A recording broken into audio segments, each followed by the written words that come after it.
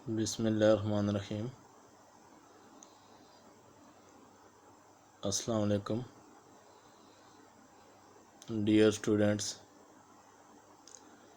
आज के इस वीडियो लेक्चर में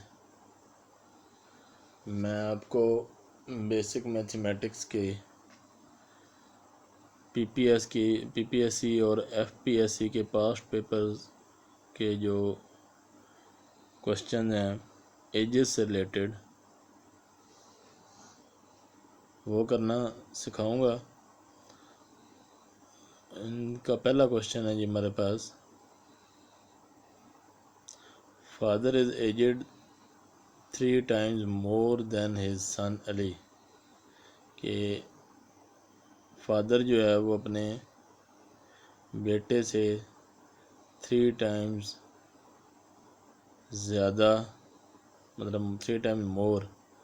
ये यहाँ पे थोड़ी कन्फ्यूजन से इसने पे बताया, यहाँ पे पेश की है। ये आगे मैं आपको सॉल्व करते हुए क्लियर कर दूँगा कि वो कन्फ्यूजन क्या है। क्वेश्चन ये कि बाप की जो उम्र है वो 3 times ज़्यादा है बेटे की उम्र से। आफ्टर 8 years और 8 साल के बाद he would be 2.5 times of Ali age. और अभी उनकी एज में मतलब डिफरेंस जो है वो 3 times क्या है, 3 times मोर है। मोर जब भी आएगा तो आपने ऐड करना है, लेस हो तो माइनस करना है।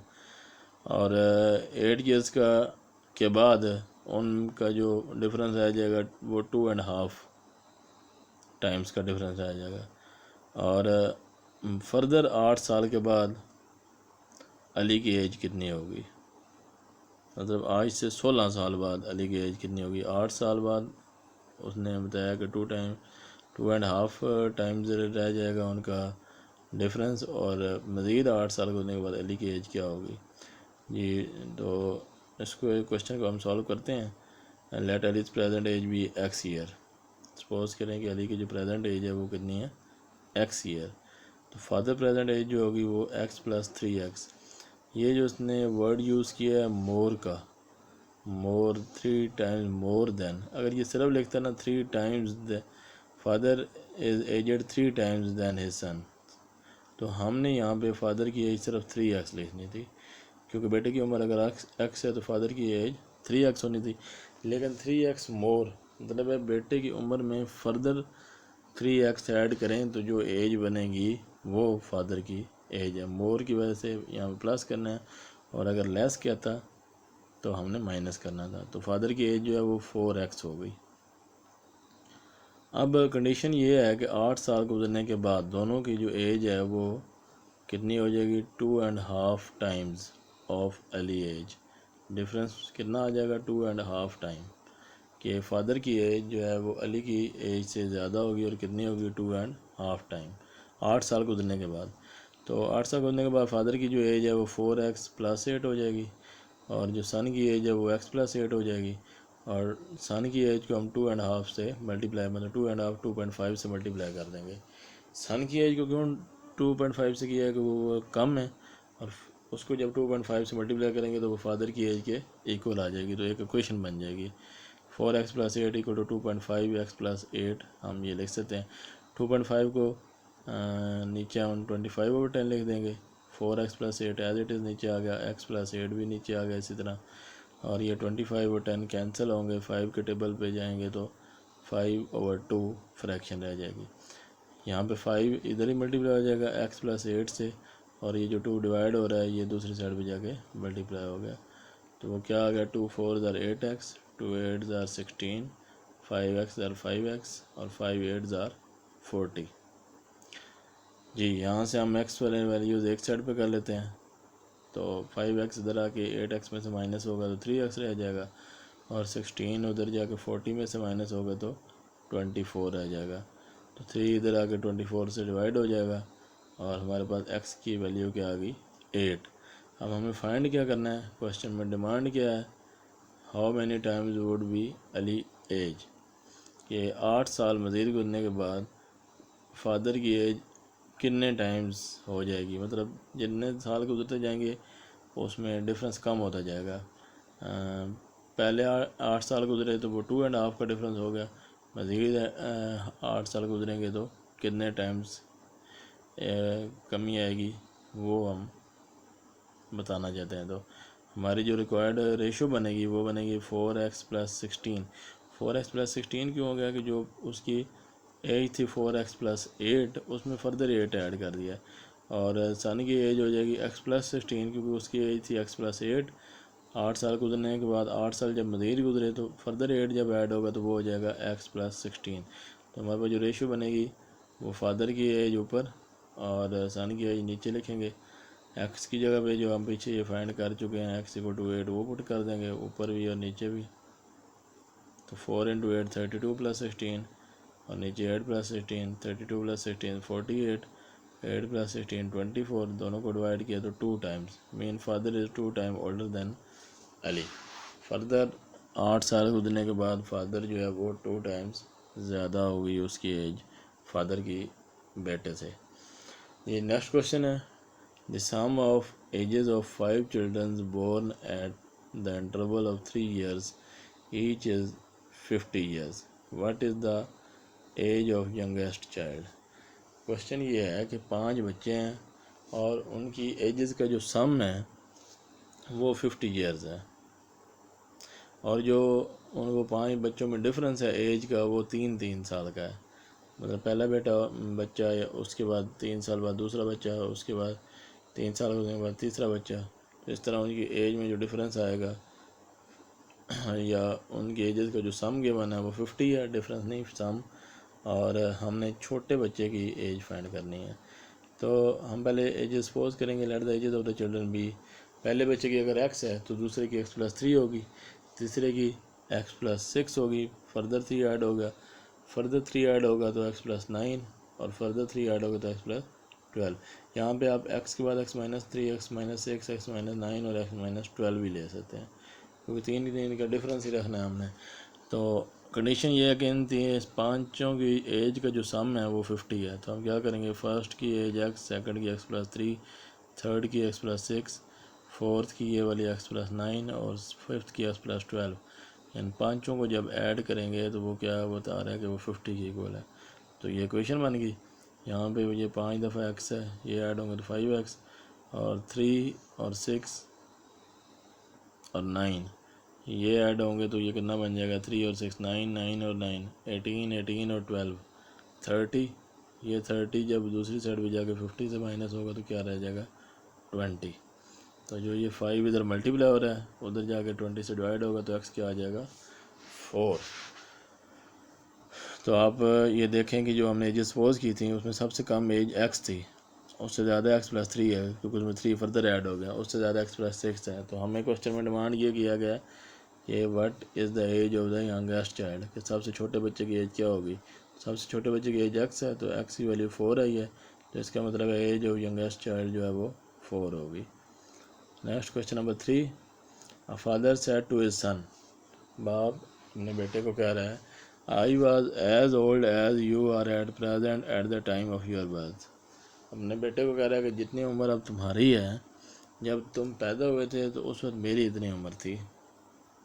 बाप बेटे को कह रहा है कि इस वक्त जो तुम्हारी उम्र है इतनी उम्र मेरी थी जब तुम पैदा हुए थे।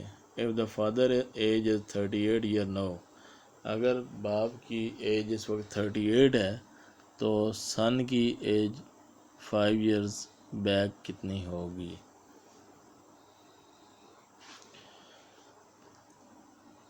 जी, तो यहाँ पे हम इसको सॉल्व कैसे करेंगे, पहले तो हम इसकी प्रेजेंट एज फाइंड करते हैं कि सन की प्रेजेंट एज कितनी है, क्योंकि अगर बाप की प्रेजेंट एज 38 है तो सन की प्रेजेंट एज क्या होगी वो फाइंड करने के बाद उसमें से हम फर्दर 5 माइनस करेंगे क्योंकि 5 years बैक जाना है। तो यहाँ से वैसे कॉमन सेंस से अंदाज़ा हो रहा है कि बाप बेटे को कह रहा है कि जितनी तुम्हारी उम्र अब है इतनी मेरी उम्र थी जब तुम पैदा हुए। मतलब अगर बेटा इस वक्त 12 साल का है तो आज से 12 साल पीछे जाएं तो बाप की उम्र भी 12 साल थी, 12 और 12 कितना होगा 24। तो इसका मतलब अभी बेटे के बाप की उम्र 24 है और बेटे की उम्र 12 है, हाफ है। तो यहाँ से अगर हम देखें तो 38 का हाफ 19 बनेगा और 19 में से 5 माइनस करें तो 14 आंसर आना है। तो वैसे हम इसको कॉमन सेंस से सॉल्व करें तो इस तरह बन जाएगा, लेकिन अगर हम इसको प्रॉपर सॉल्व करें तो क्या होगा कि हम लिखेंगे let the son present age be x, कि बेटे की जो अभी मौजूदा उम्र है वो एक्स है और बाप की जो मौजूदा उम्र है वो 38 बताई गई है। अब अगर कंडीशन के मुताबिक देखें जितनी बेटे की उम्र है वो माइनस कर दें बाप की उम्र में से, जितनी बेटे की अभी उम्र है, आज जब वो बेटा पैदा हुआ तो उस वक्त उसकी उम्र 0 थी और बाप की उम्र जो थी वो हम कैसे फाइंड करेंगे कि जितनी बेटे की उम्र इस वक्त है वो बाप की उम्र में से माइनस कर दें। अगर बेटे की उम्र इस वक्त एक्स है तो वो बाप की उम्र में से माइनस करें तो जो आंसर आएगा वो और जो बेटे की उम्र इस वक्त है वो दोनों इक्वल होंगे, क्योंकि बाप बेटे को कह रहा है कि जितनी तुम्हारी उम्र इस वक्त है मेरी उस वक्त थी जब तुम पैदा हुए। तो जब वो पैदा हुआ आज से जितना अरसा पहले जितने उस बच्चे की उम्र गुजर चुकी है इतना अरसा पहले पीछे जाएं तो हमें इतनी एज माइनस करनी पड़ेगी। तो बाप की एज में से जब एक्स माइनस करेंगे तो वो आंसर किसकी इक्वल आ जाएगा, बेटे की एज के। तो हम क्या लिखेंगे 38 minus x is equal to x. तो एक्स दूसरी साइड पे जाके ऐड हो जाएगा तो 2x इक्वल टू 38, तो एक्स क्या आ गया 19। कॉमन सेंस से भी हमने ये अंदाज़ा लगाया था कि बाप की उम्र जो है वो 19 होगी।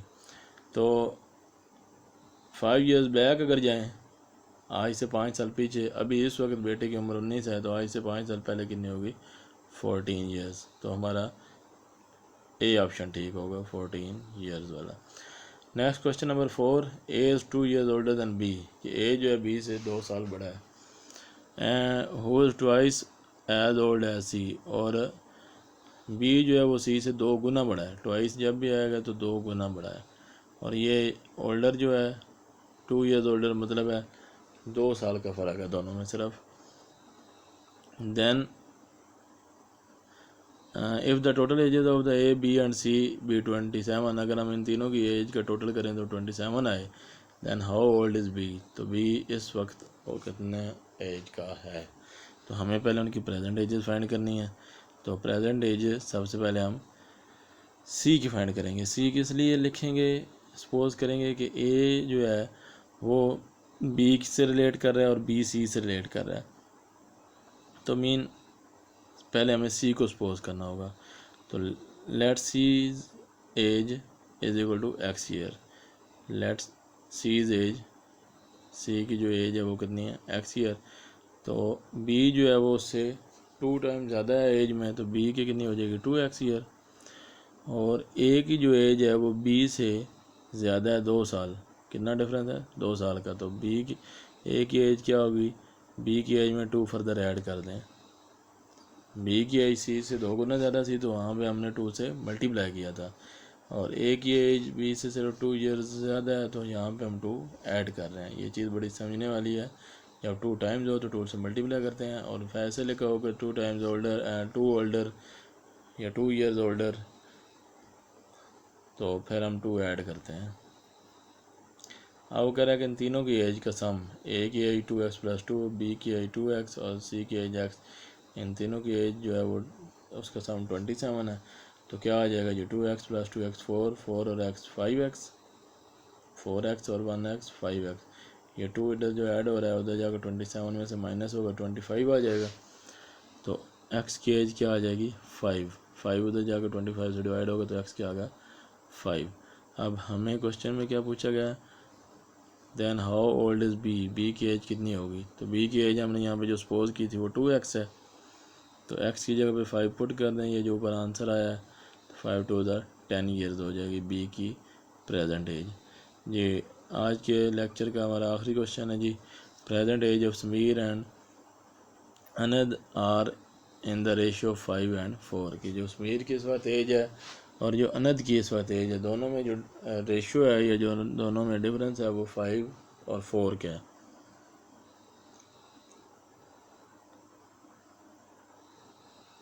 जैसे मतलब हम 20 और 16 ले लेते हैं, अगर इनको दोनों को सिंपलीफाई करें तो वो 5 और 4 की रेशियो में आ जाते हैं। 3 years hence, आज से 3 साल बाद, the ratio of their edges will become, मतलब अब मौजूदा जो उनकी एजेस हैं उनमें रेशियो थोड़ी है 5 और 4 का। आज से 3 साल बाद उनकी रेशो 11 और 9 बन जाएगी। What is the Anand present age in year, तो अनद की अब मौजूदा एज कितनी है ये हमें फाइंड करना है जी। तो हम सपोज करेंगे, यहाँ पे एक बात याद रखनी है कि जो ये रेशो वाले क्वेश्चन होते हैं इसमें जो फर्स्ट टाइम रेशो दी जाती है ना, जैसे हमारे पास ये 5 और 4 की रेशो है, तो यहाँ पे हम 5 के साथ कांस्टेंट यूज़ कर लें x और 4 के साथ भी कांस्टेंट यूज़ कर लें x। तो पहले क्योंकि समीर का नाम लिखा गया तो ये 5x समीर की एज हो जाएगी, और अनद जो है वो बाद में लिखा गया तो अनद की एज कितनी हो जाएगी 4x। तो क्या लिखेंगे, the present age of Sameer is 5x and the present age of Anand is 4x years. ठीक होगा जी, ये उनकी प्रेजेंट एज आ गई। जो प्रेजेंट एज में रेशो दी गई है वो 5-4 की है, तो हम 5x और 4x उसकी उनकी एजेस लिख देते हैं। अब कंडीशन के मुताबिक ये है कि आज से 3 साल बाद रेशो चेंज हो जाती है 11 और 9। तो आज से 3 साल बाद, 3 साल पहले होता तो हम 3 माइनस करते, 3 साल बाद है तो हम 5x में से भी 3 माइनस करेंगे और प्लस करेंगे, और 4x में भी 3 प्लस करेंगे। तो ये जो रेशो का मैंने साइन डाला है, तो ये इन दोनों की रेशो किसकी इक्वल आ जाएगी, 11:9। पहले थी 5x और 4x, उसमें जब 3 ऐड हुआ तो वो 11:9 बन गया। अब रेशो को हम फ्रैक्शन की फॉर्म में लिख सकते हैं, ओवर की फॉर्म में। ये पहले वाला नंबर 5x + 3 ऊपर और 4x + 3 नीचे, इधर से 11 ऊपर और 9 नीचे जी। यहाँ पे हमारे पास क्रॉस मल्टीप्लिकेशन होगी, 9 5x + 3 से मल्टीप्लाई और 4x + 3 इधर 11 से मल्टीप्लाई हो गया। 9 को अंदर मल्टीप्लाई करें, 9 5 45x, 9 3 27, 11 4 44x और 11 3 33। अब क्योंकि हमें x फाइंड करना है तो x वाला नंबर एक साइड पे करें, ये 45x है, 44x भी इधर आके माइनस हो जाएगा, और ये जो 27 इधर प्लस हो रहा है ये उधर जाके 33 में से माइनस हो गया। तो 45x - 44x x आ गया, और 33 - 27 जो है वो 6 आ गया। तो x जो है = 6 है। अब हमें फाइंड क्या करना है, हमने फाइंड करना है what is the another present age in year. Another की हमने प्रेजेंट एज जो सपोज की है वो कितनी है, 4x। तो x की जगह पे 6 लिख दें, 4x another present age is 4x, x की जगह 6 लेंगे, 6 4 24 ईयर्स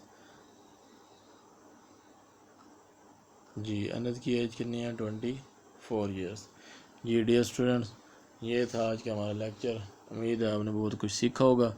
अगर आपको हमारा ये चैनल और ये वीडियो अच्छी लगे तो हमारे चैनल को सब्सक्राइब कर लीजिए, ताकि आप डेली के लेक्चर से फ़ायदा हासिल कर सकें, और हमारी वीडियो को आगे शेयर कर दें ताकि ज़्यादा से ज़्यादा लोग इससे फ़ायदा उठा सकें।